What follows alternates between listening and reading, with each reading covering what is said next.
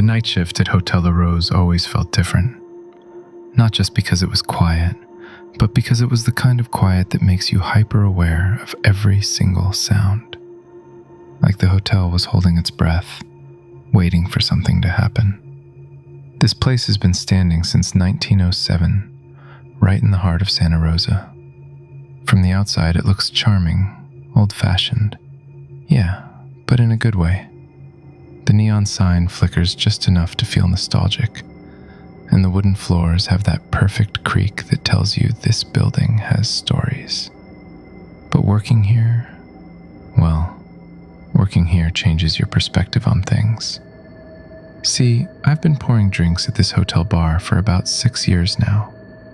In that time, I've learned to pretend I don't notice the little things. The way guests' eyes dart toward the dark corners of the lobby.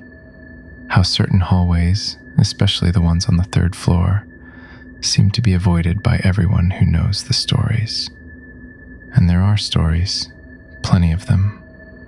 Guests talk about hearing children laughing in empty rooms, a woman in a white nightgown who walks through closed doors.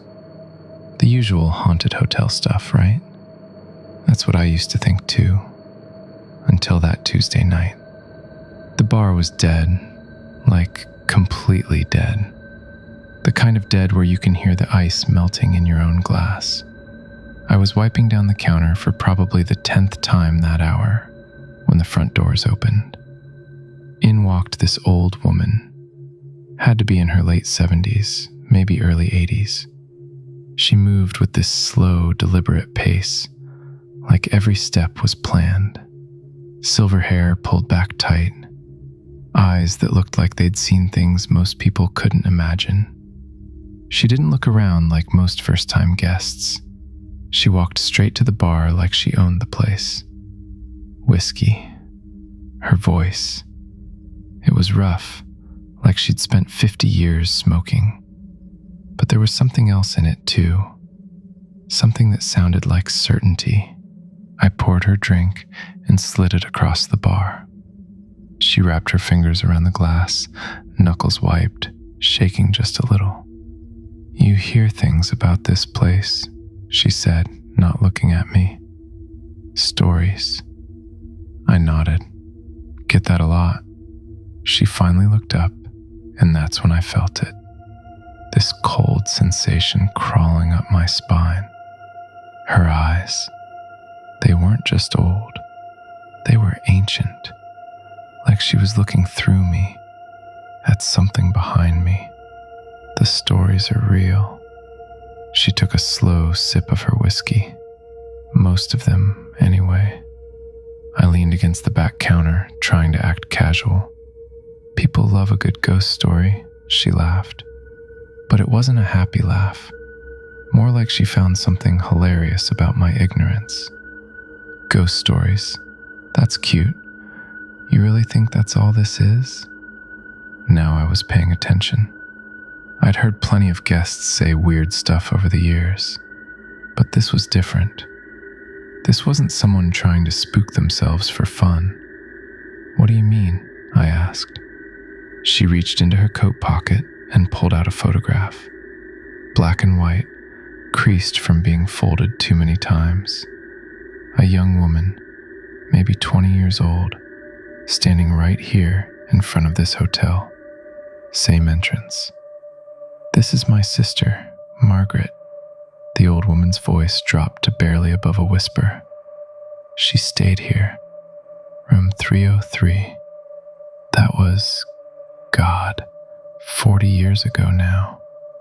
I looked closer at the photo. The young woman was smiling, but there was something in her eyes. Something that looked like fear. "She never checked out," the woman continued. "Police looked for weeks.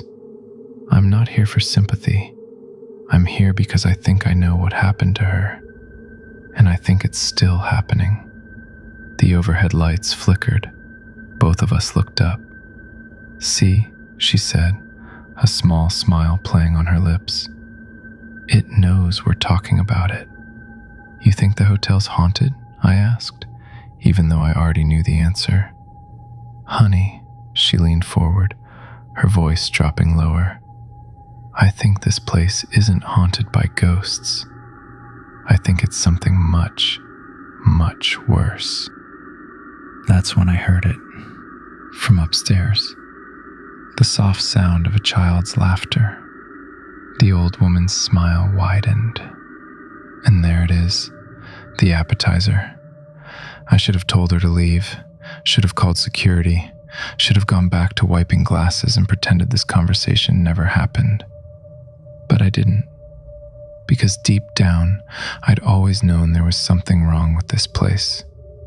And part of me, the stupid, curious part of me, wanted to know what. Room 303, she said, standing up. That's where it started. With Margaret. That's where it's going to end, I said. I can't let guests go up to the rooms after hours. But it sounded weak even to me. She just laughed that same not happy laugh. Oh, honey, you don't let guests do anything around here. You just watch. And with that, she walked toward the stairs. I stood there for a good minute, debating. Call my manager? Call the police? Go back to my cleaning and pretend this never happened? Then I heard another sound from upstairs. A door closing softly. My feet started moving before my brain caught up. The third-floor hallway was darker than usual. The emergency lights at the end of the hall cast these long, distorted shadows that made everything look like it was moving. The air up here was different too. Cold, heavy, like walking through water. Room 303 was at the end of the hall. The door was slightly ajar. I pushed it open. The room was empty, completely empty. No furniture, no carpet, nothing but bare wood floors and peeling wallpaper. But it wasn't the emptiness that got to me. It was the cold. This kind of cold doesn't make sense. It's not just temperature. It's a presence, like standing in front of an open freezer, except the freezer is breathing on you. Margaret? No answer.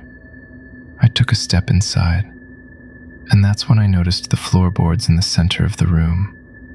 They were newer than the rest, cleaner, like they'd been replaced recently. I knelt down, running my fingers over the wood. There was something written there, scratched into the wood. So faint I almost missed it. Help me. I stood up so fast I nearly fell over. This wasn't some old ghost story anymore. This was real. Someone had been trapped in this room, recently.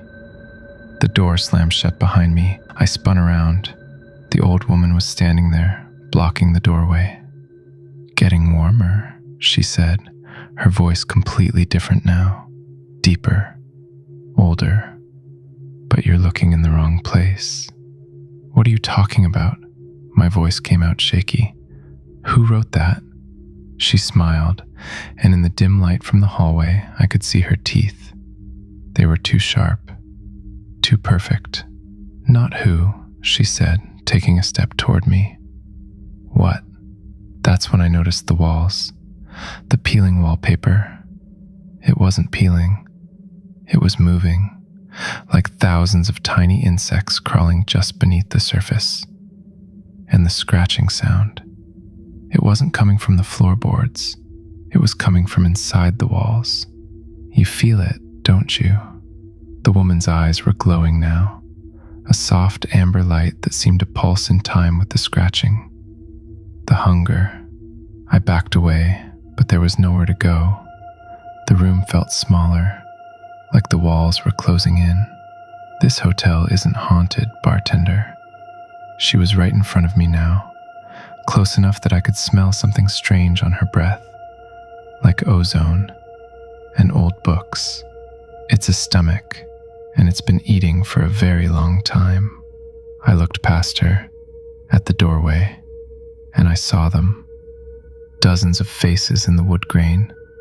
Men, women, children, all screaming silently. Margaret wasn't the first, the woman whispered. Her voice was changing, becoming layered, like multiple people speaking at once. And she wasn't the last. But she was special. She figured it out. Just like you're figuring it out now. The scratching got louder. The faces in the woods seemed to move. "What do you want?" I managed to choke out. She laughed. And this time it was different. This time, it sounded like a chorus of voices. Young and old, happy and terrified, all laughing together. The same thing I've always wanted. A family. That's when I realized the old woman wasn't talking to me. She was talking for something else. Something that was using her like a puppet. "You have a choice, bartender." Her face began to change, shifting like smoke, showing dozens of different faces, one after another. "Run and join the others in the walls. Or stay and help me feed." I looked at the faces in the wood, at the "help me" scratched into the floor, at the doorway that seemed miles away now. Then I did the stupidest, bravest, most insane thing I've ever done in my life. I smiled. "I've got a better idea," I said. "How about you find your own family?" And I lunged for the door. I don't know what I expected to happen. Maybe she'd grab me. Maybe the door wouldn't open. Maybe I'd just die right there in that room. But none of that happened. I hit the door with my shoulder and it flew open. I tumbled out into the hallway, scrambled to my feet, and ran. Behind me I could hear screaming. Not just one voice. Hundreds of them. All coming from that one room. I didn't look back. I ran down the stairs, out the front doors, and didn't stop until I was 3 blocks away, gasping for air under a streetlight. When I finally caught my breath, I looked back at the hotel. It looked completely normal. The lights were on. The neon sign was flickering like always. Everything looked peaceful, like nothing had happened. I never went back to work there. Never even went near that part of town again. But sometimes, late at night, when it's quiet enough to hear your own heartbeat, I can still hear them, the voices in the walls, and I know they're still hungry. Last I heard, Hotel La Rose is still open for business, still taking reservations, still feeding. Sometimes I wonder how many people have checked in since I left, and how many of them ever really checked out. The thing I learned that night, the thing that keeps me up at night, isn't that haunted places exist. It's that some places don't just haunt people. They digest them. And the scariest part? They're always looking for their next meal.